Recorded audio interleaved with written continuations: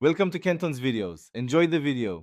You begin by opening Settings and tapping Wi-Fi, then tap the small info icon next to your connected network so you can edit DNS.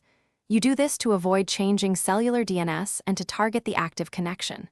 Once there, make sure you note existing DNS values or take a quick screenshot so you can undo changes.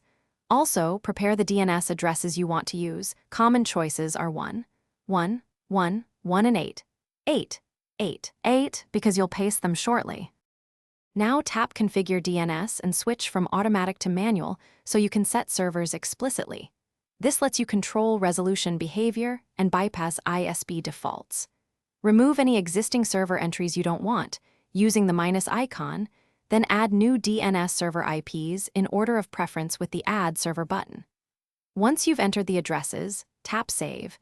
The settings apply immediately to that Wi-Fi network, so you can test name resolution right away. Finish by verifying DNS changes. Open Safari and load a site, or use a network tool app to confirm the resolver IP. This checks that DNS queries go to your chosen servers.